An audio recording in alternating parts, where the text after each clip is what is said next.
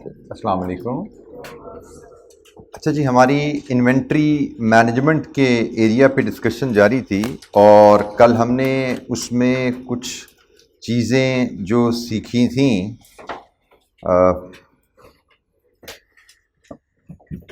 Primarily purchase cost, सालाना purchase cost कैसे कम की जा सकती है और उसमें बल्क डिस्काउंट की मदद से हमने कहा जी हम परचेज़ कॉस्ट कम करने का तरीका अप्लाई कर सकते हैं, लेकिन उसके लिए हमें देखना पड़ेगा कि EOQ या बल्क ऑर्डर साइज़ क्या बेहतर है। उसका कंपैरिजन हमने करना सीखा था और फिर हमने स्टॉक आउट कॉस्ट पे बात शुरू की थी और हमने जो डिस्कशन की थी कि स्टॉक आउट कॉस्ट को कम करने का तरीका है कि स्टॉक आउट से बचा जाए और स्टॉक आउट से बचने का तरीका है टाइमली नया ऑर्डर प्लेस किया जाए और टाइमली नया ऑर्डर प्लेस करने के लिए हम रीऑर्डर लेवल सेट करेंगे।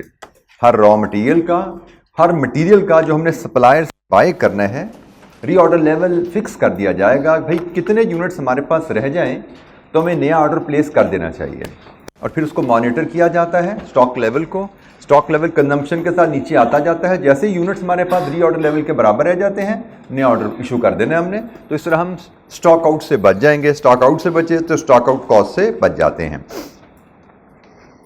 रीऑर्डर लेवल का बेसिक कॉन्सेप्ट हमने पढ़ा था, it is usages during lead time. Lead time में जितनी यूजेज की रिक्वायरमेंट है उतने यूनिट्स जब आपके पास रह जाएं तो आपको नया ऑर्डर प्लेस कर देना चाहिए। और ये एक बेसिक्स हमने फार्मूला भी इसका सीखा था।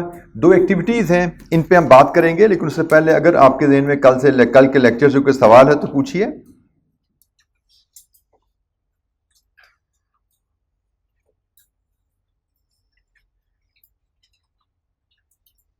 इलस्ट्रेशन 10 एंड 11 हमारे पास इस रीऑर्डर लेवल के जो कंप्यूटेशन कॉन्सेप्ट को लेके हमारे पास हैं, इनको पहले देखते हैं। बेसिक कॉन्सेप्ट रीऑर्डर लेवल का भी हमने सीखा है। Illustration 10, using the data for Wajid limited. Illustration 6 में हमने वाजिद लिमिटेड डाटा देखा था। Assume that company adopts the EOQ as its order quantity and that it now takes 2 weeks for an order to be delivered. Lead time 2 weeks उसने बता दिए। Company EOQ follow करती है Wajid limited और 2 weeks का lead time है। How much inventory will it have on hand when the order is placed, मतलब री ऑर्डर लेवल बताइए।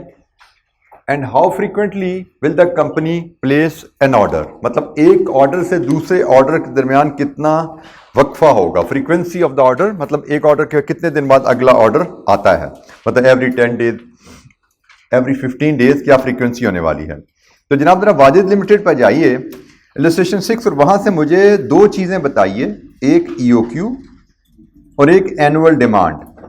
ये दो इंफॉर्मेशन दीजिए वाजिद लिमिटेड की, फिर शायद हम ये सवाल कर पाएंगे। Demand is 60,000 and EOQ 3162। अच्छा जी, ये हमारे पास डाटा है वाजिद लिमिटेड का। कंपनी EOQ फॉलो कर रही है और ये सालाना डिमांड है, ये लीड टाइम है। सबसे पहले री ऑर्डर लेवल कैलकुलेट करने को कहा जा रहा है। तो री ऑर्डर लेवल से मुराद यूजेज ड्यूरिंग लीड टाइम, 2 हफ्ते में यूजेज। ये जो D है ये सालाना यूजेज है भाई, ये सालाना यूजेज है। तो 2 हफ्ते की यूजेज कितनी होगी? 60,000 डिवाइड विथ 52, ये एक वीक की यूजेज इंटू 2, 2307 यूनिट्स। ये है जी री ऑर्डर लेवल। 60,000 एक साल की यूजेज है, हमें 2 हफ्ते की यूजेज चाहिए, 2 वीक्स की यूजेज चाहिए, क्योंकि लीड टाइम 2 वीक्स है। तो हमने 60,000 को 52 से डिवाइड किया, वीक्स इन अ ईयर, एक वीक की यूजेज आ गई। एक वीक की यूजेज इंटू 52, 2 वीक्स की यूजेज, री ऑर्डर लेवल। अच्छा जी, दूसरी चीज है जी फ्रीक्वेंसी। एक ऑर्डर हम कितने दिनों बाद प्लेस करेंगे? एक ऑर्डर हम कितने दिनों बाद प्लेस करेंगे, इसको देखने के कई अंदाज हो सकते हैं, लेकिन एक अंदाज ये भी हो सकता है हम देख लें हम साल में कितने ऑर्डर प्लेस करेंगे। तो साल में जितने ऑर्डर प्लेस करेंगे, 365 divide with number of orders in a year, 365 divide with orders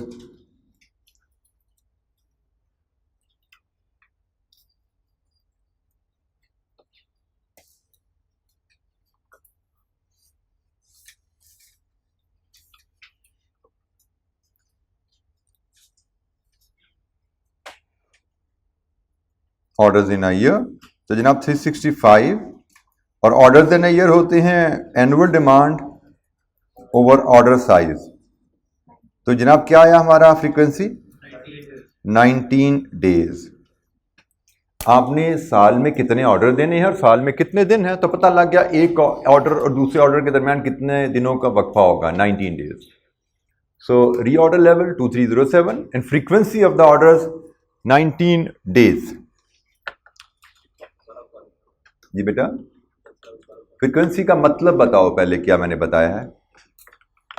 frequency का कितने दिन पहले नहीं बेटा, फ्रीक्वेंसी एक ऑर्डर से दूसरे ऑर्डर के दरमियान वक्फा कितना है, एक ऑर्डर और दूसरे ऑर्डर के दरमियान वक्फा कितना है, ठीक है।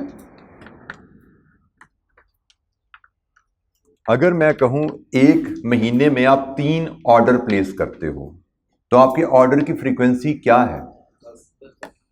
कैसे निकाला? 30/3। तो यहां पे भी वही काम हुआ बेटा। एक साल में कितने ऑर्डर प्लेस करते हो? 365 ऑर्डर, ठीक है। फ्रीक्वेंसी ऑर्डर की 365 तकसीम number of orders in a year. जैसे आपने 30 दिनों में 3 ऑर्डर करने हैं, तो 30 डेज ओवर 3 ऑर्डर्स इन 30 डेज। ये भी वही बात है, 365 days divide with orders in 365 days. एक ऑर्डर और दूसरे ऑर्डर के दरमियान कितने दिनों का वक्फा है? जी जनाब, एनी क्वेश्चन, कोई सवाल? अच्छा जी, इलस्ट्रेशन 11 मुझे लगता है इसका रेप्लिका है, डाटा सिर्फ बदला है। इलस्ट्रेशन 7 से डाटा लाइए, यही EOQ और D का डाटा वहां से लाइए और इसमें सेम 2 वैल्यूज कंप्यूट करनी है आपको। इलस्ट्रेशन 7 से EOQ क्या है? 5262 और D क्या है? 90,000। लीजिए जी, इस डाटा को लेके, और लीड टाइम यहां पे है 3 वीक्स, 3 वीक्स का लीड टाइम है। सेम फार्मूला अप्लाई कीजिए और रीऑर्डर लेवल और फ्रीक्वेंसी बताइए।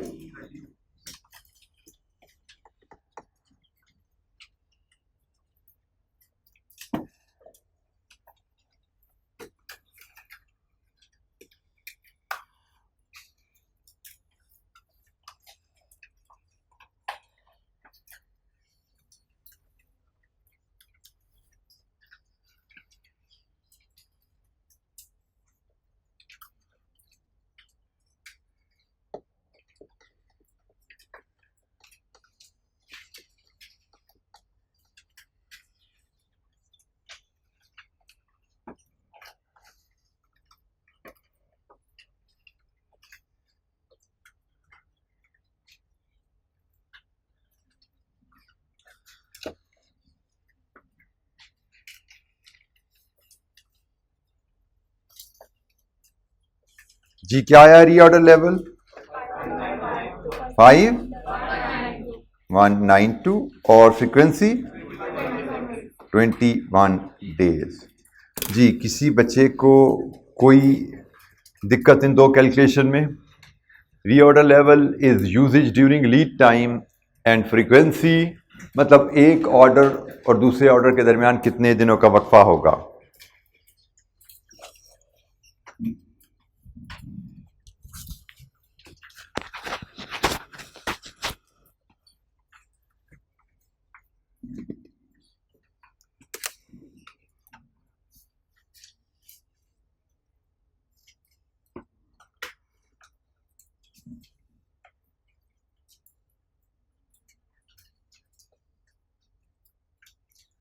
अच्छा जी, अभी हमने जो रीऑर्डर लेवल कैलकुलेट करना सीखा था, इसमें लीड टाइम और डिमांड दोनों सर्टन थे, कांस्टेंट थे, उनमें कोई चेंजेस नहीं थे। लेकिन रियलिटी में लीड टाइम में भी ऊंच नीच आ जाती है, कभी सप्लायर टाइम पे माल दे देता है, कभी देर सवेर कर देता है, और यूजेज में भी देर ऊंच नीच हो जाती है। कभी ऑर्डर ज़्यादा है तो कंजम्पशन ज़्यादा होगी, भी अभी ऑर्डर कम है कंजम्पशन कम होगी। तो जब तो थे लीड टाइम और यूजेज दोनों सर्टन कांस्टेंट, कोई ऊंच नीच नहीं उनमें नज़र आ रही थी, तो फिर तो हमने फार्मूला देख लिया, बड़ा सिंपल सा 1 लाइनर फार्मूला था। लेकिन जब लीड टाइम में या यूजेज में या दोनों में, लीड टाइम में या यूजेज में या दोनों में एंड और है, ऊंच नीच आ जाए तो फिर हमें थोड़ी वर्किंग को अमेंड करना पड़ता है। और वो वर्किंग अमेंड कैसे होती है? फिर हम डिमांड ड्यूरिंग लीड टाइम नहीं लेते, maximum demand during lead time लेते हैं। फिर हम लीड टाइम नहीं लेते, मैक्सिमम लीड टाइम लेते हैं। जैसे इसको समझने के लिए आप इलस्ट्रेशन 12 के डाटा पे आओ तो इलस्ट्रेशन 12 का डाटा ये लीजिए। अच्छा, अब इसमें वो क्या कहता है कि record of Abbas limited for previous year shows detail relating to material triple A. एक मटेरियल की डिटेल है, डेली यूजेज 150, 120, 100 ऊंच नीच है जी। लीड टाइम 12, 10, 8 ऊंच नीच है, मतलब मैक्सिमम एवरेज मिनिमम। तो अब ये वो सिनेरियो है जिसकी हम बात कर रहे थे। अब यहां पे यूजेज में भी और लीड टाइम में वो दोनों में ही ऊंच नीच आ गई। हमने कहा था दोनों में आए किसी एक में आए, हमें फार्मूला मॉडिफाई करना पड़ता है कि जिस वैल्यू में ऊंच नीच है उसकी मैक्सिमम वैल्यू फार्मूला में ले जाओ। इसमें दोनों में ऊंच नीच है ना, तो दोनों की मैक्सिमम वैल्यू चली जाएगी, maximum usages into maximum lead time. इसको इस तरह पढ़ेंगे हम, maximum usages in maximum lead time. ठीक है, जब वेरिएशन आ जाएगी लीड टाइम में एंड और यूजेज ड्यूरिंग लीड टाइम में, तो हम फिर maximum usage during lead time का फॉर्मूला अडॉप्ट करते हैं और उसके मुताबिक हमारी वर्किंग बन जाएगी। इस केस में 150 मल्टीप्लाइड विद 12, हमारा रीऑर्डर लेवल यहां से निकलेगा 1800 यूनिट्स। ये हमारा रीऑर्डर लेवल इस केस में बनेगा। ठीक है जी। सो अगर डिमांड में एंड और लीड टाइम में, यूजेज में एंड और लीड टाइम में ऊंच नीच आ जाए तो फिर रीऑर्डर लेवल का फॉर्मूला मॉडिफाई होता है, maximum usages in maximum lead time. ये फॉर्मूला जनाब आप बनाते हैं। अच्छा, जब आप इस सिनेरियो में आते हैं uncertain lead time and usages में, तो यहां पे एक और टर्म फिर इंट्रोड्यूस होती है सेफ्टी स्टॉक की। अब सेफ्टी स्टॉक क्या है? देखिए, ये रिकॉर्ड बता रहा है कि हमारा गुजारा basically average usage into average lead time, हमारा गुजारा 1200 यूनिट से हो सकता था। ऑन एवरेज हम 120 यूनिट्स डेली इस्तेमाल करते हैं। ऑन एवरेज 10 दिनों में माल आता है। ऑन एवरेज हम 1200 यूनिट्स लीड टाइम में इस्तेमाल करते हैं। इसका मतलब हमारा गुजारा नॉर्मल हालात में 1200 यूनिट से हो सकता है, लेकिन हमने फैसला किया 1800 का रीऑर्डर लेवल रखने का। यह फैसला क्यों किया कि भाई गुजारा तो हमारा हो जाता है, लेकिन कभी यूजेज में ऊंच नीच हो जाती है, कभी ऑर्डर आने में देर सवेर हो जाती है, इसलिए 600 एक्स्ट्रा रख लो। हमारा 1200 यूनिट्स अपने पास रख के ऑर्डर दे देते, नॉर्मली गुजारा हो जाता है, लेकिन हम कह रहे हैं इस सूरत में हमें 1800 रख लेना चाहिए। वजह क्या है? कभी ऊंच नीच हो जाती है, तो इसलिए 600 एक्स्ट्रा रख लो। ये जो 600 एक्स्ट्रा रखा जाता है इसको सेफ्टी स्टॉक या बफर स्टॉक कहा जाता है। ये 600 एक्स्ट्रा हम क्यों रख रहे हैं अपने पास कि भाई कभी ऊंच नीच भी हो जाए तो हम सेफ रहें स्टॉक आउट होने से। कभी ऊंच नीच हो जाए यूजेज में या लीड टाइम में तो हम स्टॉक आउट से बचे रहें। सो सेफ्टी स्टॉक लेवल हमारा क्या है जनाब? ये फॉर्मूला हमारे सामने ऊपर लिखा नजर आ रहा है। Safety stock is equal to reorder level minus average usage in average lead time. Safety stock सिर्फ उस सूरत में कैलकुलेट किया जाएगा जब अनसर्टन लीड टाइम और वेरिंग डिमांड है। सिर्फ इसी सूरत में सेफ्टी स्टॉक कैलकुलेट किया जाता है। तो जब हमारा सेफ्टी स्टॉक इस केस में बन जाता है, हमने जो कैलकुलेट किया रीऑर्डर लेवल 1800 और average usage in average lead time 1200, तो सेफ्टी स्टॉक 600 यूनिट्स। सो हमारा रीऑर्डर लेवल 1800 है, सेफ्टी स्टॉक 600 यूनिट्स है। सेफ्टी स्टॉक को समझने के लिए आप अगर वही एक ग्राफ शायद मैंने आपको बना के सिखाया था एवरेज स्टॉक का मतलब समझाने के लिए। मैंने कहा था भाई ये जीरो इन्वेंट्री लेवल है, हम स्टॉक इस्तेमाल करते जाते हैं वक्त गुजरने के साथ, ये टाइम है, जैसे जैसे वक्त गुजरते हैं हम स्टॉक इस्तेमाल करते जाते हैं। सपोज ये 1000 यूनिट्स है और ये 400 यूनिट्स है, जो कि मेरा रीऑर्डर लेवल है। ठीक है, हो गया क्या, जब मेरा स्टॉक इस्तेमाल होते होते यहां पे पहुंचेगा, मुझे नया ऑर्डर प्लेस कर देने हैं। नया ऑर्डर प्लेस किया, वक्त के साथ स्टॉक इस्तेमाल होता रहा। जब हम यहाँ पे यूजेज ड्यूरिंग लीड टाइम ख़त्म होगा, साथ ही नया ऑर्डर आ जाएगा, हम वापस यहाँ चले जाते हैं और ये प्रोसेस इस तरह चलता रहता है। लेकिन जब लीड टाइम में या यूजेज में अनसर्टेनिटी वेरिएशन होती है, तो ज़रूरी नहीं कि हर वक्त यहाँ पे पहुँचने पे नया ऑर्डर आए। कभी ऑर्डर में डिले हो गया या कभी ऑर्डर हमें कंजम्पशन, कस्टमर के ऑर्डर ज़्यादा आ गए, हमें ज़्यादा रॉ मटेरियल इस्तेमाल करना पड़ा, तो ये ख़तरा आ जाता है, हम नेगेटिव जोन में चले जाएंगे, हम स्टॉक आउट हो जाएंगे। नया ऑर्डर भी आया नहीं और स्टॉक ख़त्म हो गया। दो वजूहात से हम यहाँ पे स्टॉक आउट हो सकते हैं कि या तो हमारी यूजेज बढ़ गई एक्स्ट्रा ऑर्डर आने की वजह से, या सप्लायर ने टाइम ज़्यादा लगा दिया, हम नेगेटिव जोन में जा रहे हैं। इसी को हल करने के लिए हम सेफ्टी स्टॉक रख लेते हैं कि भाई जैसे यहाँ पे हम कहते हैं हम 100 यूनिट का सेफ्टी स्टॉक रख लेते हैं, 100 यूनिट्स का सेफ्टी स्टॉक रख लेते हैं कि भाई रूटीन में तो हम यहाँ पे आए माल आ जाता चले जाते हैं, कभी देर से होगी तो हम स्टॉक आउट नहीं होंगे, हमारे पास सेफ्टी स्टॉक पड़ा हुआ है, हम बच जाएंगे, हम सेफ्टी स्टॉक में से यूनिट्स इस्तेमाल कर लेंगे। तो आप समझो ये यूनिट्स आपने सेफ्टी स्टॉक यूनिट्स अलहदा से अलमारी में पड़े हुए इन केस ऑफ इमरजेंसी के लिए कि कभी स्टॉक खत्म हो जाएगा तो इमरजेंसी में खोल के वहां से इस्तेमाल कर लेंगे, नया ऑर्डर आएगा वापस भर देंगे वहां पे। ठीक है, सेफ्टी स्टॉक का समझो हमारे पास एक्स्ट्रा यूनिट था, तो हमने कहा वैसे तो हमारा 400 रीऑर्डर लेवल था, लेकिन ऊंच नीच के डर से हमने इसको 500 कर लिया, ये हमने एक्स्ट्रा यूनिट्स भी ऐड कर दिए इसमें। जो बात हम यहां पे कर रहे हैं कि भाई गुजारा तो 1200 से हो सकता था, लेकिन खतरे के पेश नज़र हमने 600 एक्स्ट्रा ऐड करके रीऑर्डर लेवल 1800 पे ले गए। जो मैं बात यहां पे कर रहा हूं, गुजारा तो 400 रीऑर्डर लेवल से हो रहा था, लेकिन खतरे के पेश नज़र 100 यूनिट्स और हमने रख के रीऑर्डर लेवल 500 पे ले गए।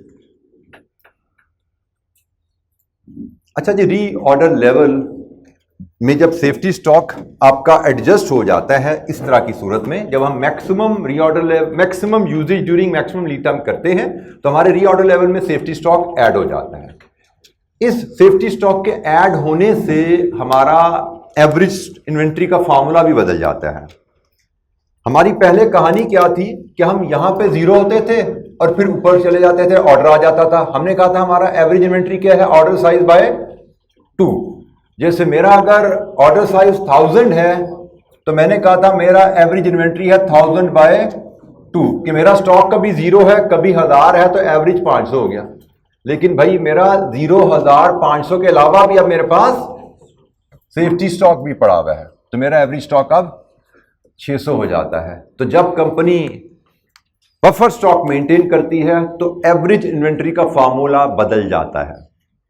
हमने पहले पढ़ा था average inventory is order size by 2, लेकिन अगर हमें पता लगे कि कंपनी सेफ्टी स्टॉक मेंटेन कर रही है तो सेफ्टी स्टॉक की वजह से एवरेज स्टॉक अब हमारा 500 नहीं रहा, 600 हो गया है, order size by 2 plus safety stock.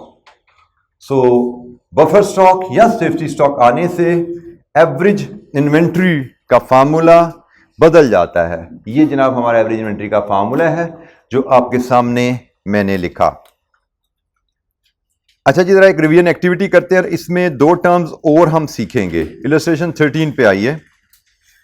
इसमें हमें कुछ डाटा दिया गया and we are asked to calculate reorder level, safety stock, average stock. ये 3 वैल्यूज आपको निकालनी आती हैं। इलस्ट्रेशन 13 में ये 3 वैल्यूज निकालिए, बाकी 2 को मैं डिस्कस करूंगा। इलस्ट्रेशन 13 में जो 3 वैल्यूज मैंने टिक की हैं इनको कैलकुलेट कीजिए।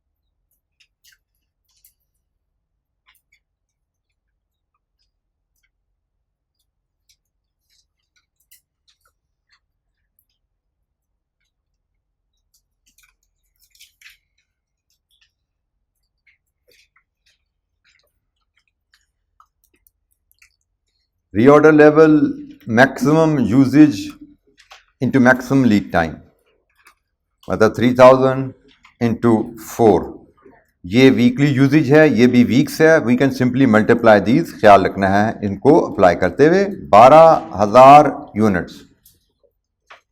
Safety stock reorder level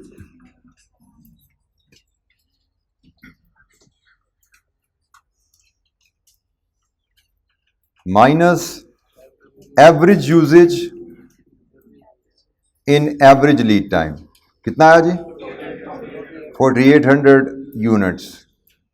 average inventory order size by 2, order size हमें 10,000 बताया गया है। Order size by 2 plus safety stock 9800 units. तीन वैल्यूज जो भी हम सीख चुके थे उनको तो हमने कैलकुलेट कर लिया। अब जो दो वैल्यूज यहां पे रह गई हैं उन पे बात करेंगे। इन तीन वैल्यूज की कैलकुलेशन में किसी बच्चे को कोई दिक्कत कैलकुलेशन में या कोई कॉन्सेप्चुअली चीज को समझने में, बातों को बेटा हमने समझ के याद रखना है, रटना नहीं है। हमने फार्मूला रटना नहीं है, क्योंकि एग्जामिनर ने क्वेश्चन में डाटा को ट्विस्ट कर देना है। अगर आपने चीज़ों को कॉन्सेप्चुअली नहीं एब्जॉर्ब किया होगा तो जो एग्जामिनर के क्वेश्चन होते हैं वो अक्सर घूमे हुए होते हैं, वो आप समझ नहीं पाओगे, फॉलो नहीं कर पाओगे। सिर्फ फार्मूला रट के आप सवाल हल नहीं कर पाते। जी एनी क्वेश्चन? अच्छा जी, एक टर्म है मिनिमम इन्वेंट्री। तो इसके लिए तो हमें कुछ नहीं सीखना, हमें सिर्फ ये याद रखना है कि minimum inventory is equal to safety stock.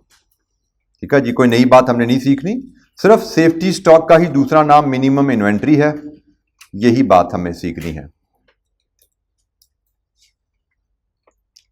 और मैक्सिमम इन्वेंट्री, यस, इसके लिए हमें कैलकुलेशन सीखनी पड़ेगी। मैक्सिमम इन्वेंट्री से मुराद क्या है कि हमारे पास कभी किसी आइटम का स्टॉक ज्यादा से ज्यादा कितने यूनिट्स तक जा सकता है, तो उसको कैलकुलेट करते हैं जनाब। हमारे पास ज्यादा से ज्यादा स्टॉक जो किसी आइटम का हो सकता है, हम नया ऑर्डर प्लेस करें अगर, और लीड टाइम में मिनिमम यूजेज हो और लीड टाइम भी मिनिमम लगे। हमने ऑर्डर प्लेस किया, ऑर्डर प्लेस करने के साथ ही हमारी यूजेज मिनिमम लेवल पे रही और लीड टाइम भी मिनिमम रहा, मतलब सप्लायर ने फौरन ही माल भेज दिया। नॉर्मली हम यहां पे बात क्या कर रहे थे, हम इधर पहुंचते हैं तो नया ऑर्डर आता है। कभी सप्लायर ने लेट किया, यूजेज ज्यादा होगी तो हम यहां पहुंचे तो ऑर्डर आया। लेकिन हम बात कर रहे हैं मैक्सिमम लेवल, वो कहां से मैयर होगा कि हम अभी यहां पे ऑर्डर प्लेस किया, अभी थोड़े ही दिन गुजरे थे, थोड़ा ही माल इस्तेमाल किया था कि नया ऑर्डर आ गया। तो भाई इसका मतलब हमारा ऑर्डर जीरो यहां पे आता था, इधर जाते थे, इधर आता था तो स्टॉक लेवल इधर चला जाएगा ना। दिस इज मैक्सिमम लेवल, ये है मैक्सिमम लेवल। तो reorder level minus minimum usage in minimum lead time plus reorder quantity या ऑर्डर साइज कह लीजिए। हमारे केस में जो में डाटा दिया गया है उसके मुताबिक reorder level 12,000, minimum usage in minimum lead time minus करें 1600 into 2 plus reorder quantity add करें 10,000, तो मैक्सिमम लेवल कितना बना जी? 18,800 यूनिट्स। ये मैक्सिमम इन्वेंट्री लेवल है।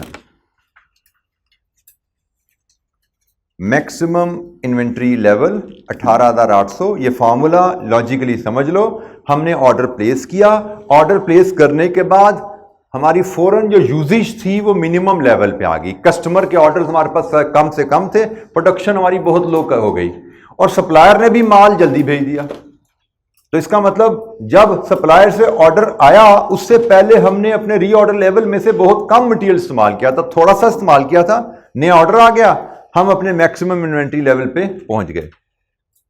Maximum inventory level, reorder level minus minimum usage into minimum lead time plus reorder quantity. The any question? Illustration 14 में इसी की रिवीजन एक्टिविटी है। इलस्ट्रेशन 14 रिवीजन एक्टिविटी है। यहां पे देखिएगा कि भाई यूजेज मंथली है, तो लीड टाइम भी मंथ्स में है। ये जरूर आपने ध्यान से पढ़ा करना है। Requirements are the same 5 requirements जो हमने इलस्ट्रेशन 14 में डील की थी। कैलकुलेट कीजिए फटाफट ये calculations.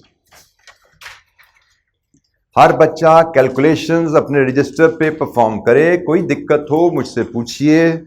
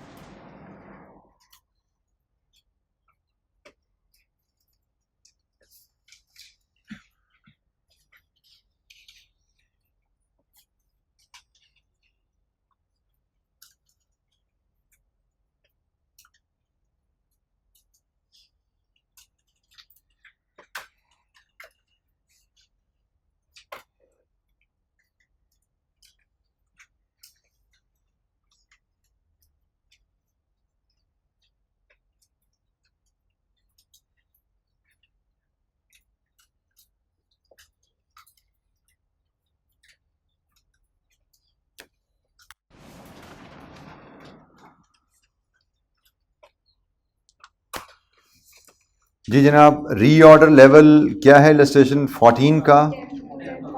10,000। Safety stock 3700। Maximum inventory level 18,500। Minimum level same, safety stock and average inventory 9700। ठीक है जी। तो ये हमने स्टॉक आउट कॉस्ट को कम करने के कुछ तरीकों पे बात की। उससे रिलेटेड कुछ कैलकुलेशंस और कुछ टर्म्स हमने देखी।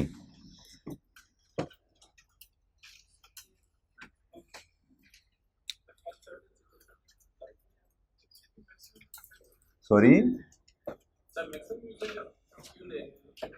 ताकि हम हर सूरत में स्टॉक आउट से बच जाएं। अगर मैंने एवरेज यूजेज के मुताबिक अपना रीऑर्डर लेवल कितना बनता है यहाँ से 6300 रख दिया। इसका क्या मतलब है कि मुझे 1.5 महीने में ऑर्डर आएगा और मैं महीने में 4300 इस्तेमाल करता हूँ, क्या 4200 यूनिट इस्तेमाल करता हूँ, तो क्या मैं 4200 यूनिट से ज़्यादा इस्तेमाल नहीं कर सकता महीने में? कर सकता हूँ। तो इसका मतलब अगर मैंने रीऑर्डर लेवल की बेस इसको बना ली तो मैं कभी ना कभी स्टॉक आउट हो जाऊंगा। लीड टाइम 1.5 महीने की जगह 2 महीने भी लग सकते हैं। अगर मैंने इसको बेस बना ली अपने रीऑर्डर लेवल की कैलकुलेशन की तो मैं कभी ना कभी स्टॉक आउट हो सकता हूं। तो मैक्सिमम यूजेज को और मैक्सिमम लीड टाइम को बेस बनाने का मकसद है कि मैं किसी सूरत स्टॉक आउट ना हो। यूजेज ज्यादा हो जाए तो भी मसला नहीं है, लीड टाइम ज्यादा लग जाए तो भी मसला नहीं है। इससे ज्यादा लीड टाइम नहीं लगना, इससे ज्यादा यूजेज नहीं होनी। इसका मतलब मेरी यूजेज ड्यूरिंग लीड टाइम 10,000 से ऊपर नहीं जाने वाली, तो मैं कभी स्टॉक आउट नहीं होऊंगा अगर मैं रीऑर्डर लेवल 10,000 पर रख लूं। तो this is an attempt to avoid stock out. Stock out से बचने का तरीका है रीऑर्डर लेवल को मैक्सिमम लेवल पे ले जाना जब अनसर्टेनिटी हो। जी बेटा,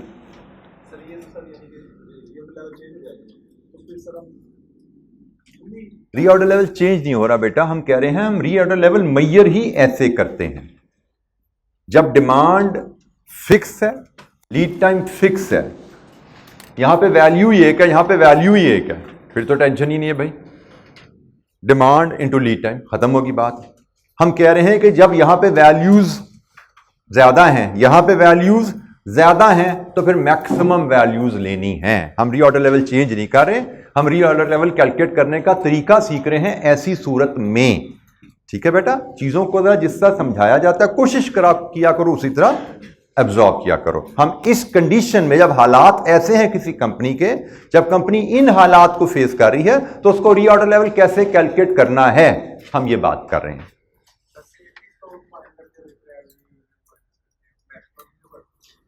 मैक्सिमम कर दोगे फिर क्या आएगा सेफ्टी स्टॉक? हाँ,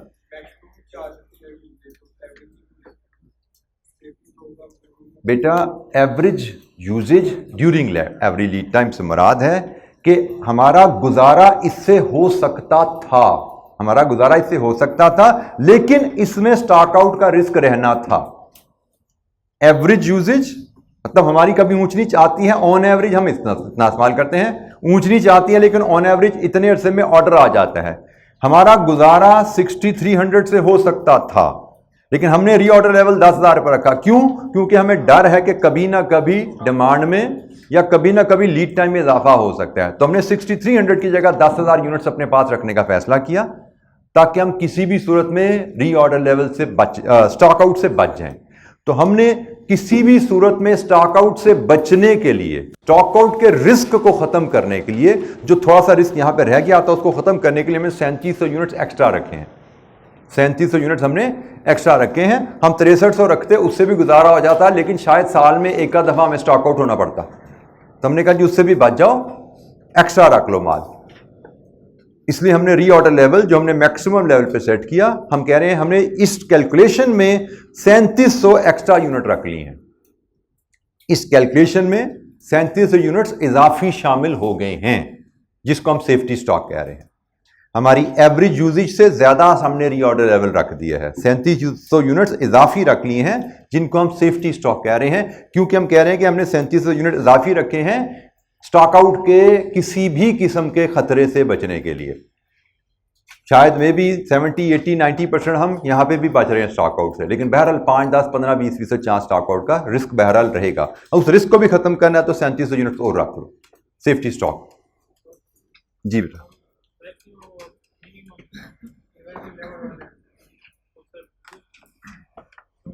सॉरी,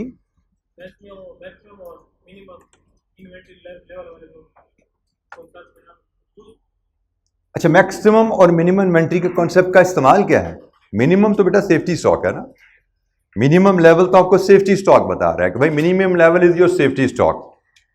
मैक्सिमम इन्वेंट्री लेवल हम क्यों कैलकुलेट कर रहे हैं, इस पे हम बात कर लेते हैं।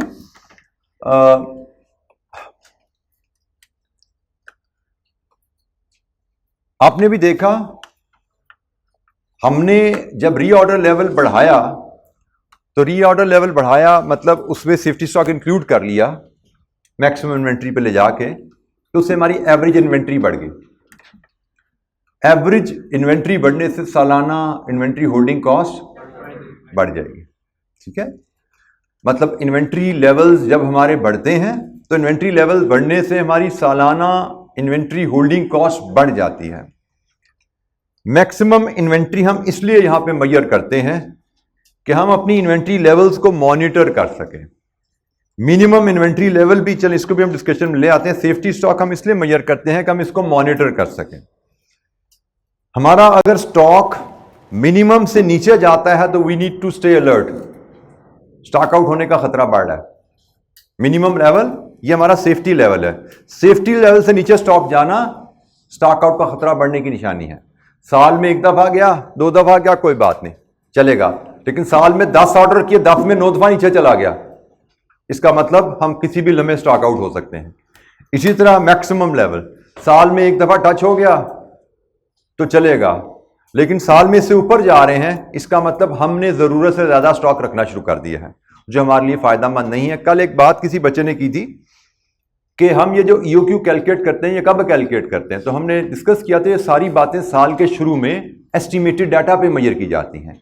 आप अंदाजा लगाते हो कि आने वाले साल में मेरी सालाना डिमांड क्या होगी, आप अंदाजा लगाते हो आने वाले साल में मेरी वेरिएबल कॉस्ट पर ऑर्डर क्या होगी, मेरी holding cost per unit per year क्या होगी। इस अंदाजे को लेके आपने ईओक्यू बना लिया कि भाई मुझे आने वाले साल में ये ऑर्डर साइज फॉलो करने हैं, और उन्हीं अंदाजों को लेके आपने ये रीऑर्डर लेवल और सेफ्टी स्टॉक भी मेजर किया। ये सारी चीजें साल के शुरू में होगी, फिर इनकी मॉनिटरिंग शुरू होती है। मैंने सेफ्टी स्टॉक रखा है किस लिए? In case of emergency. In case of emergency, कभी देर सवेर हो जाए तो मैं यहां से माल इस्तेमाल कर लूंगा, लेकिन इमरजेंसी तो कभी कभी होती है ना भाई। साल में 10 ऑर्डर किए हैं, अगर 12 ऑर्डर किए साल में, तो इमरजेंसी कितनी दफा होगी? 12 में से कोई 1 दफा, कोई 2 दफा। तो भाई मिनिमम स्टॉक मैंने इसलिए रखा है कि मैं देखता रहा हूं कि मेरा इन्वेंट्री लेवल साल में कितनी दफा से नीचे गया। अगर तो 1 दफा 2 दफा गया ना, फिर तो ठीक है, फिर तो इमरजेंसी ही है। लेकिन अगर साल में 6 दफा 8 दफा से नीचे चला जाता है मेरा स्टॉक लेवल, इसका मतलब स्टॉक लेवल्स मेरे कैलकुलेट गलत हो गए हैं, या मैंने जो अंदाजा लगाया था वो गलत साबित हो गया। ये सारा अंदाजे से कैलकुलेट किए थे मैंने।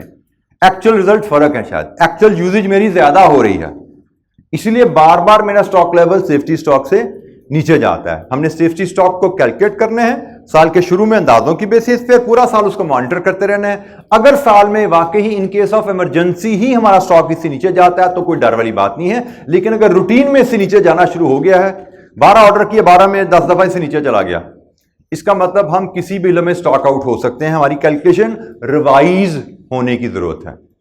मॉनिटर आप इसलिए कर रहे हो कि आपने जो अंदाजे की बेस पे वैल्यू सेट की हैं, क्या वो ठीक चल रही हैं या गड़बड़ बदल गई हैं तो रिवाइज कर लो।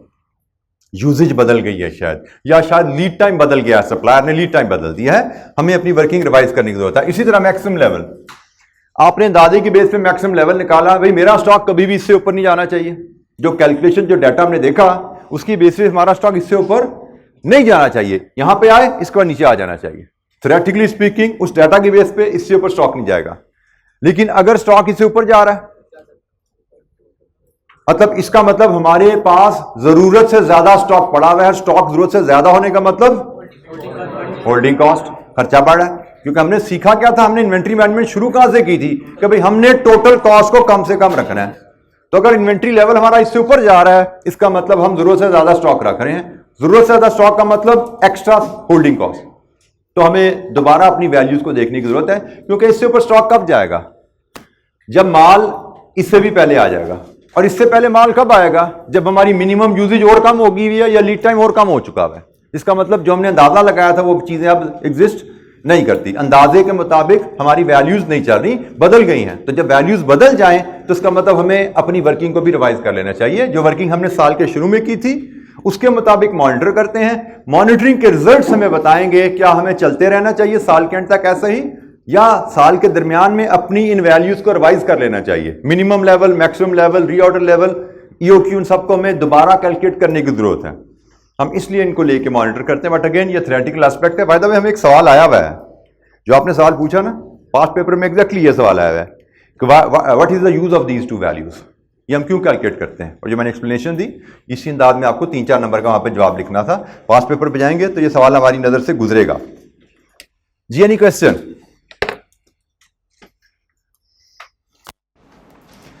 अच्छा जी, हमने अभी इलस्ट्रेशन नंबर 13-14 ये किया, तो अब बारी है जी इलस्ट्रेशन 15 की। देखते हैं जी इलस्ट्रेशन 15 क्या है, इसमें क्या एस्पेक्ट है। ये बाय द वे हमारे चैप्टर का जो पहला हिस्सा है वो खत्म हो चुका है, जिसमें हमने ऑर्डरिंग, होल्डिंग, परचेज और स्टॉक आउट कॉस्ट को कंट्रोल करना, डिस्कस करना था, कैलकुलेट करना और कंट्रोल करना, डिस्कस करना था, वो खत्म हो चुका है। ये उसकी एक आखिरी इलस्ट्रेशन हम देख रहे हैं। ये भी एक छोटा सा एग्जाम लेवल क्वेश्चन ही है। ये जो इलस्ट्रेशन है छोटा सा एग्जाम लेवल क्वेश्चन है, इसको डिस्कस करेंगे। इसके बाद कुछ पास्ट पेपर प्रैक्टिस क्वेश्चंस हैं, उनको देखेंगे before moving on to next advance part. छोटा सा हिस्सा है वो भी, बहुत ज्यादा कोई एडवांस नहीं है, लेकिन उसका अगला एक हिस्सा है, उसको हम बाद में डिस्कस करेंगे। और याद रखिएगा, पिछली क्लास में एडवांस हिस्से को भूल के मैं अगले चैप्टर पे चला गया था, तो मुझे याद करा दीजिएगा भाई, हमने अभी ये चैप्टर खत्म नहीं हुआ, इसमें हमने अभी चैप्टर के मजीद हिस्सा भी पढ़ना होगा सवालों के बाद भी। नॉर्मली सवालों के बाद लगता है ना चैप्टर खत्म हो गया, तो मैं इस अजम्पशन के तहत अगले चैप्टर पे मूव कर गया था गलती से। अच्छा जी, इलस्ट्रेशन 15 रिक्वायरमेंट है, calculate cost of current ordering policy and calculate how much annual saving could be obtained using EOQ. Current ordering policy की कॉस्ट क्या है और ईओक्यू से कितनी बचत ली जा सकती है सालाना। Asif limited orders 40,000 units of item zigzag when the inventory falls to 80,000। ये इसका ऑर्डर साइज है और ये इसका रीऑर्डर लेवल है। जब इन्वेंट्री 80,000 यूनिट्स रह जाती है तो 40,000 यूनिट्स का ऑर्डर दे दिया जाता है। Annual consumption of zigzag is 1.44 million units, ये आपकी डी की वैल्यू आ गई। The holding cost is 1.2 per unit per year, ये आपका CH आ गया। And cost of making an order for delivery of item is ₹300 पर ऑर्डर, ये CO हो गया। The supply lead time is 2 weeks, assume 50 weeks in a year. तुमसे कहा गया है करंट ऑर्डरिंग पॉलिसी और EOQ इन दोनों सिस्टम के तहत एनुअल इन्वेंट्री कॉस्ट मेजर कीजिए और बताइए कि EOQ से कुछ बचत होती है। तो यहां पे कौन कौन सी कॉस्ट हम मेजर कर सकते हैं? सिर्फ 2, होल्डिंग एंड ऑर्डरिंग। ठीक है, हमें इस केस में करना क्या है? पहले स्टेप में हम EOQ कैलकुलेट करेंगे, इलस्ट्रेशन नंबर 15। पहले स्टेप में EOQ कैलकुलेट होगा और दूसरे स्टेप में फिर सालाना कॉस्ट 2 ऑर्डर साइजेस के लिए कंपेयर हो जाएंगी। ऑर्डर साइज एक 40,000 और एक EOQ, इनके लिए हम सालाना कॉस्ट कैलकुलेट कर लेंगे और वो सालाना कॉस्ट में हम annual ordering cost of ordering and holding ये लेंगे और देखेंगे टोटल क्या है दोनों सूरतों में, और सेविंग कोई आ रही है विद EOQ, EOQ से कितनी बचत हो रही है सालाना, ये हमारी रिक्वायरमेंट है। जी सबसे पहले EOQ बताइए जी। 26833, this is EOQ। 26833 economic order quantities case में कैलकुलेट करके देख लीजिए। स्ट्रेट फॉरवर्ड कैलकुलेशन है, कोई दिक्कत नहीं होनी चाहिए। हर बच्चा कैलकुलेशन को फॉलो करता जाया करे भाई। बेटा डिमांड 80,000 नहीं है बेटा, सवाल ध्यान से पढ़। डिमांड नहीं है, ये रीऑर्डर लेवल 80,000 है। डिमांड कितनी है? 14,40,000। मैं साथ साथ लिखता गया हूं, तू उसको भी नहीं पढ़ पाया। मैंने बता दिया है डी क्या है। इसीलिए बेटा कहा जाता है सवाल को बार बार पढ़ा करो, चीजें नहीं समझ आती आपको पहली रीडिंग में। अक्सर बच्चों को 2-3 दफा सवाल पढ़ा करें, और जब भी कोई वैल्यू, एक जरा बात देखो जरा, जब भी कोई वैल्यू सवाल से उठाते हो तो वैल्यू के वेयर अबाउट्स चेक कर लिया करो, ये वैल्यू किस चीज की है। मतलब आपको 144, आप ये 80,000 उठा रहे, एक बच्चे ने आप इसको डिमांड में लिखा हुआ है, तो भाई इसको दाएं बाएं पढ़ तो लिखा क्या हुआ है? इसने लिखा हुआ है ऑर्डर प्लेस किया जाता है when inventory level falls to 80,000। अगर आपने ये नोट नहीं किया, मेरी बात नहीं सुनी, तो कोई भी वैल्यू उठाने से पहले उसके दाएं बाएं देखा करो क्या लिखा हुआ है भाई, ये किसकी वैल्यू है। ऐसे नहीं कि कोई सी वैल्यू उठा के जहां मर्जी डाल दोगे तो सवाल हल हो जाएगा। सही वैल्यू को उठा के सही जगह डालना है। तो क्वेश्चन से वैल्यू पिक करते हुए उसके दाएं बाएं अल्फाज देख लिया करो, ये क्या वैल्यू है, किस चीज की वैल्यू है। हाँ जी भाई, EOQ आ गया। अच्छा, ये अभी सवाल में एक कैच है एग्जाम टेक्निक के लिहाज से, और वो कैच आपका जनाब ये आ रहा है, ये जुमला नीचे लिखा हुआ है।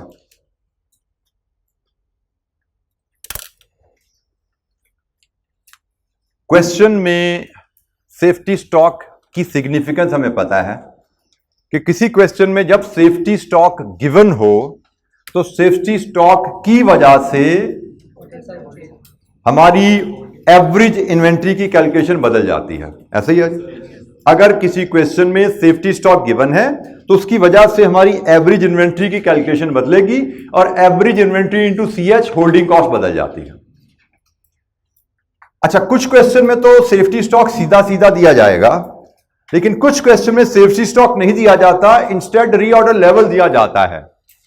तो जब भी यहां पे नोट क्या लिखा हुआ है, जब भी किसी क्वेश्चन में रीऑर्डर लेवल दिया जाए तो देख लो सेफ्टी स्टॉक के फार्मूला की मदद से कि कहीं ये कंपनी सेफ्टी स्टॉक मेंटेन तो नहीं कर रही। सेफ्टी स्टॉक का फार्मूला क्या है? सेफ्टी स्टॉक का फार्मूला है reorder level minus average usage in average lead time.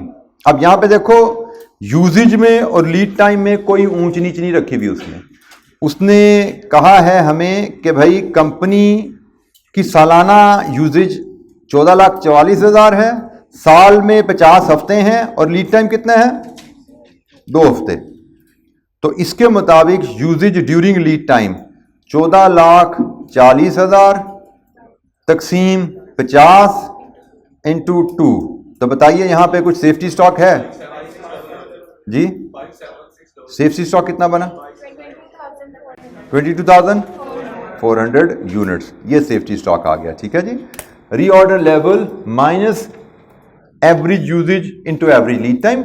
यहां पे लीड टाइम की वैल्यू भी एक ही है तो वही एवरेज बन गई, और यूजेज की वैल्यू भी एक ही है तो वही एवरेज बन गई। ठीक है।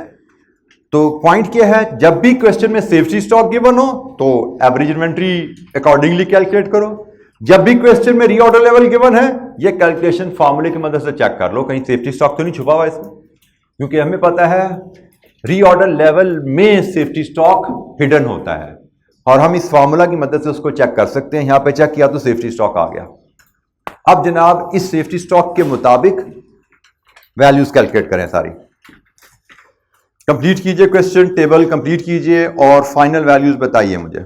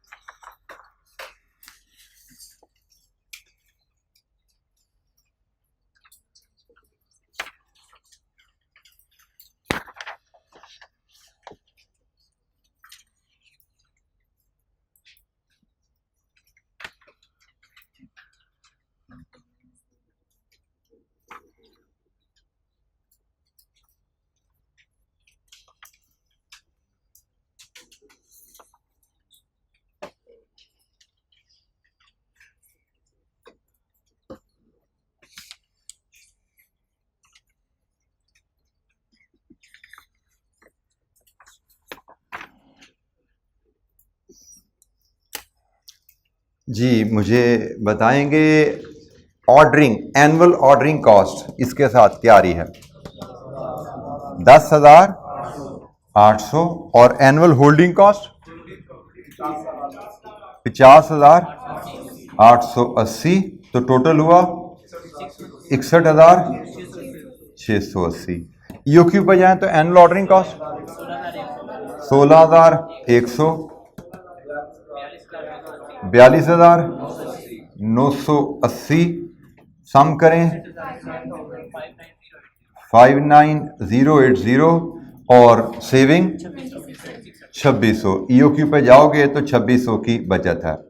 अच्छा भाई, यहां पे वो नोट कर लो कि जब सेफ्टी स्टॉक आ जाता है तो फिर ये दोनों कॉस्ट बराबर नहीं रहती। हमने पढ़ा हुआ था कि ईओक्यू पे एनुअल ऑर्डरिंग कॉस्ट और एनुअल होल्डिंग कॉस्ट बराबर होते हैं, और मैंने आपको कहा था एक एक्सेप्शन आएगी। वो एक्सेप्शन ये है कि जब सेफ्टी स्टॉक आ जाती है तो फिर ये कॉस्ट बराबर नहीं होती।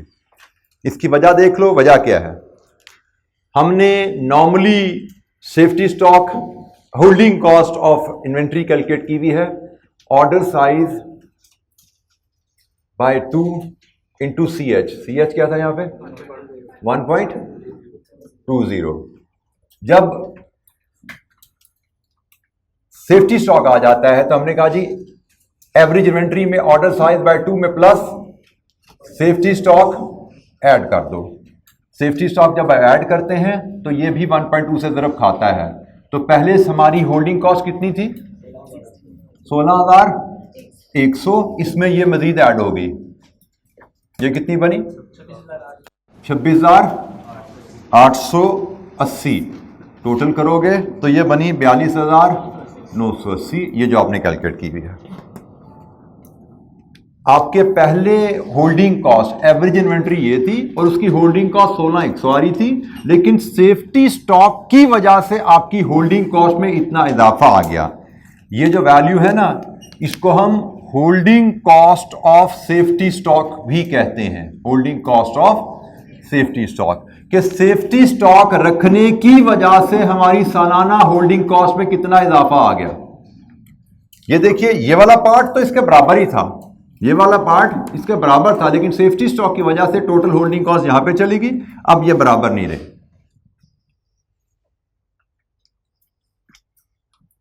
ऑर्डर साइज बाय 2 हमारी पहले एवरेज इन्वेंट्री कैलकुलेट करने की जो इक्वेशन थी उसमें सेफ्टी स्टॉक के शामिल होने की वजह से चेंज आया।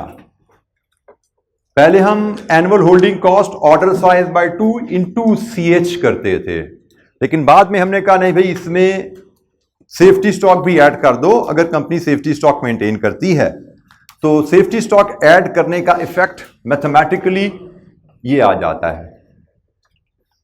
हमने इक्वेशन ये बना दी थी ना, 26,833 बटा 2 प्लस 22,400 इंटू 1.2। तो मैथमेटिकली इक्वेशन ओपन करो तो यही होगा ना भाई, ये इससे भी ज़रब खाएगा, ये इससे भी ज़रब खाएगा, ये इससे ज़रब खाएगा, ये इससे ज़रब खाएगा, और ये ऐड हो जाएंगे। ये इक्वेशन बनी थी हमारी। ये इक्वेशन को ओपन करें तो ये एक फैक्टर ये है, एक फैक्टर ये है, मैथमेटिकली 42,980। और ये कंपोनेंट सेफ्टी स्टॉक की होल्डिंग कॉस्ट कहलाता है। जी एनी क्वेश्चन?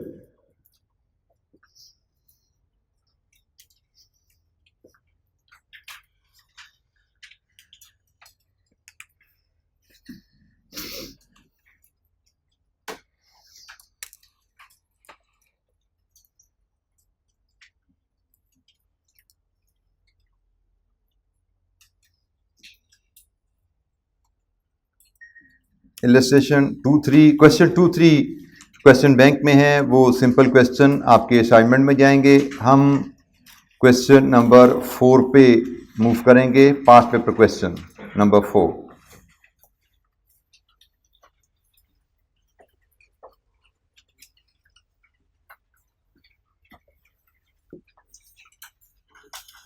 अच्छा जी, इससे पहले कि मैं भूल जाऊं, आप लोगों की लास्ट वीक असेसमेंट 1 हुई और उसकी परफॉर्मेंस हर 2 लिहाज से नहायत नाकिस है, एक अटेंडेंस वाइज भी और एक रिज़ल्ट वाइज भी।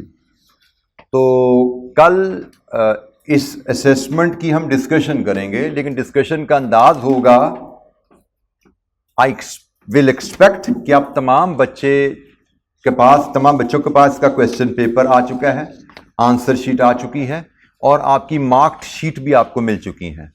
तो तमाम बच्चे ये क्वेश्चन आंसर और अपनी शीट रिव्यू करके आएंगे and then we will discuss कि व्हाट वर द चैलेंजेस, कि हमारा जो रिजल्ट अगर ठीक नहीं आया तो उसके चैलेंजेस क्या थे और उन चैलेंजेस से कैसे कोप अप किया जा सकता था। इन असेसमेंट का मकसद यही है बेटा कि इनकी परफॉर्मेंस अगर आपकी ठीक नहीं है तो आप गलतियां ढूंढो मुझसे क्या गलतियां हो रही हैं और उन गलतियों पे काम करो, तभी रिजल्ट्स आगे चलते चलते फाइनल में जाते जाते इंप्रूव होगा।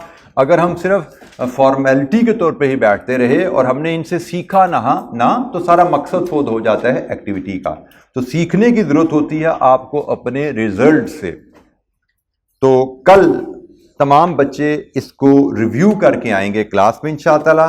हम इसको डिस्कस करेंगे अपने सिलेबस के अलावा। अच्छा जी, क्वेश्चन नंबर 4 स्प्रिंग 17 का क्वेश्चन 2 है जी। ये एरोमा हब्स के नाम से सवाल है। इसकी रिक्वायरमेंट 2 हिस्से हैं। एक compute economic order quantity 4 number. एक determine the amount of saving if any which can be achieved by adopting the stock management system based on EOQ. ये बिल्कुल वही रिक्वायरमेंट है जो अभी हम इलस्ट्रेशन 15 में करके आए हैं। आप समझें तो ये इलस्ट्रेशन 15 का थोड़ा एक्सपेंडेड वर्जन है। स्टोरी ज्यादा है, डाटा ज्यादा है, रिक्वायरमेंट वही है कि ईओक्यू कैलकुलेट किया और ईओक्यू कैलकुलेट करके फिर हमने EOQ versus current order size compare करके बताना है हमें ईओक्यू में कोई फायदा है। तो पढ़ते हैं जी सवाल। Aroma hubs AH deals in a herbal tea the tea is imported on a 6 monthly basis. 6 monthly basis मतलब साल में 2 ऑर्डर किए जाते हैं, 6 महीने बाद एक ऑर्डर किया जाता है। The management is considering to adopt a stock management system based on EOQ. अब कंपनी ईओक्यू पे जाने का सोच रही है। In this respect following information has been gathered. Annual sale of tea is estimated at 60,000 kgs at 1260 per kg। Sales are evenly distributed throughout the year. मतलब company चाय import करके बेचती है, ये मैन्युफैक्चरिंग कंपनी नहीं है, ये trading company है। इंपोर्ट करती है, खरीदती है चाय और फिर लोकल मार्केट में बेचती है। सालाना 60,000 kg 1260 के हिसाब से बेचती है। C&F value of the T after 10% discount is 900 पर kg। C&F वैल्यू से मुराद आप ले लो इनवाइस वैल्यू। C&F वैल्यू से मुराद इनवाइस वैल्यू होती है जी। सप्लायर आपको जो इनवाइस कर रहा है वो 10% डिस्काउंट के बाद 900 रुपए पर केजी है। Custom duty and sale tax are paid at the rate of 20% and 15% respectively. Sale tax paid at import stage is refundable in the same month. हमने पढ़ा हुआ है duties and taxes which are non refundable are included in cost. ठीक है, तो मतलब 20% और 15% में से 15% रिफंडेबल है, 20% रिफंडेबल नहीं है। So this should be added in our cost. ये हमारे कॉस्ट में ऐड होगी। कॉस्ट ऑफ मटेरियल 900 प्लस उसका 20% है। Use of EOQ model would reduce the quantity per order. अभी साल में 2 ऑर्डर करते हो ना, मतलब 60,000 साल की डिमांड है, साल में 2 ऑर्डर करते हो तो करंट ऑर्डर साइज क्या हुआ? 30,000। बिल्कुल ठीक है जी। करंट ऑर्डर साइज हमारा 30,000 है और वो कह रहे हैं जब आप ईओक्यू पे जाओगे तो order size quantity per order आपकी रिड्यूस हो जाएगी। As a result bulk purchase discount 10 से 8 पे आ जाएगा। ये प्राइस 10% डिस्काउंट के बाद है।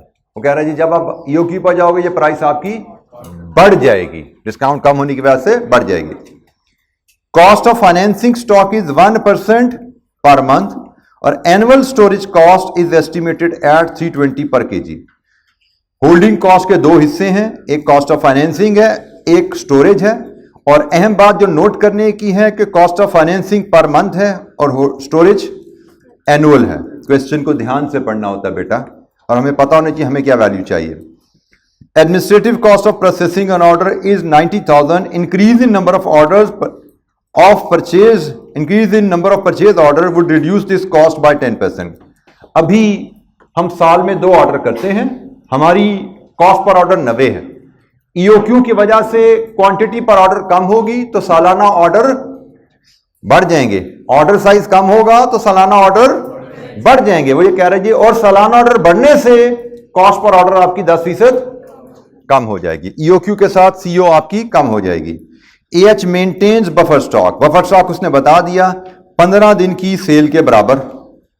साल में 360 दिन बताए गए हैं, तो 15 दिन की सेल कितनी होगी? एक साल की सेल, एक दिन की सेल, 15 दिन की सेल, कितना बना सेफ्टी स्टॉक? 2500 केजी।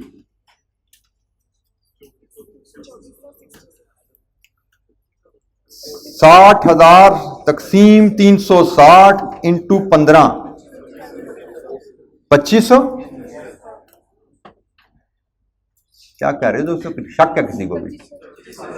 2500, कोई शक नहीं। चलें जी, तो जनाब अब हमें डाटा सारा हमारे पास है, हमें पहला काम करना है, यहां पे इकोनॉमिक ऑर्डर क्वांटिटी कैलकुलेट करनी है, और उसके बाद फिर हमने इकोनॉमिक ऑर्डर क्वांटिटी वर्सेस 30,000 इनका कंपैरिजन करना है। Economic order quantity question number 4, formula है 2COD/CH। Starting with D, value एक एक उठाते हैं जी। सालाना quantity to be purchase from the supplier कितनी है? 60,000। CO, अगर हम EOQ को फॉलो करेंगे हमारी कॉस्ट पर ऑर्डर क्या होगी?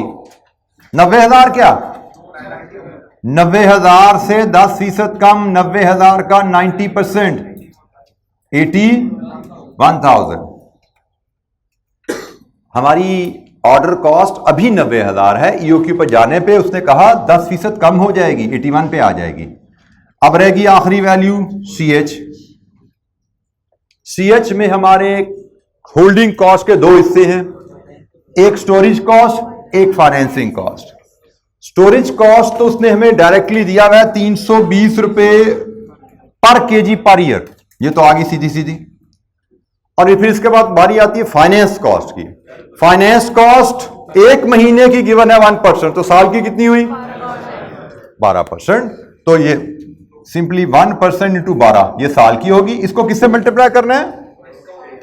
कॉस्ट पर यूनिट से, यही सीखा हुआ जी हमने। फाइनेंस कॉस्ट एक यूनिट को अपने गोदाम में एक साल रखने का खर्चा कितना पड़ेगा? आप देखो, एक यूनिट को खरीद के गोदाम पे लाने में कितना पैसा लगा, उस पे एक साल का इंटरेस्ट कैलकुलेट करना है। एक यूनिट को खरीद के अपने गोदाम में लाने तक का खर्चा कितना है? हमें यहां पे कॉस्ट पर यूनिट लानी है।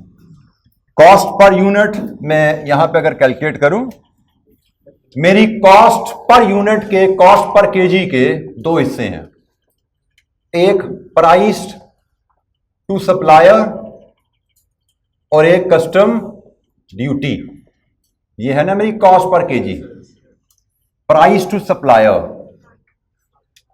जी, कितनी प्राइस है जी? कितनी? बेटा को बोलो बेटा, जब मैं EOQ पे जाऊंगा तो 900 रहेगी वो। मैं तो EOQ के लिए CH कैलकुलेट कर रहा हूं, मैं EOQ के लिए CH कैलकुलेट कर रहा हूं, तो मुझे वो प्राइस चाहिए जो मैं EOQ को फॉलो करते हुए सप्लायर को पे करूंगा। मुझे बताया गया है कि भाई इसमें 10% डिस्काउंट कम हुआ हुआ है, इसका मतलब फुल प्राइस क्या है? 1000। अब मुझे कितना डिस्काउंट मिलना है? इसका मतलब अब मुझे 920 प्राइस पे करनी है। तो प्राइस टू सप्लायर जो मेरी होगी करंटली 900 है, लेकिन ये 90% है। 90 इंटू 100 कर दो, ये मेरी फुल प्राइस होगी। इसका 92% ये मैं सप्लायर को पे करूंगा। कितनी जी? 920। 1000 रुपया फुल प्राइस है सप्लायर की, जिस पे 10% डिस्काउंट के बाद 900 मैं पे करता हूं। अब मैं 1000 पे 10% डिस्काउंट लूंगा, तो 1000 में से 8% डिस्काउंट लूंगा। 8% डिस्काउंट के बाद मैं 920 पे करूंगा। कस्टम ड्यूटी 920 का 20%, कितनी बनी? 184। लीजिए जी, सम कर दीजिए, ये मेरी कॉस्ट पर केजी आ गई। मेरे गोदाम में पहुंचने पे मेरी जेब से कितना पैसा जाएगा? 1104। गोदाम में 1 केजी गोदाम में पहुंचाने पे मेरी जेब से जाएगा 1104, और इस पे 1 साल का इंटरेस्ट। ये जनाब यहां से अब दिस प्लस दिस CH निकला है आपका।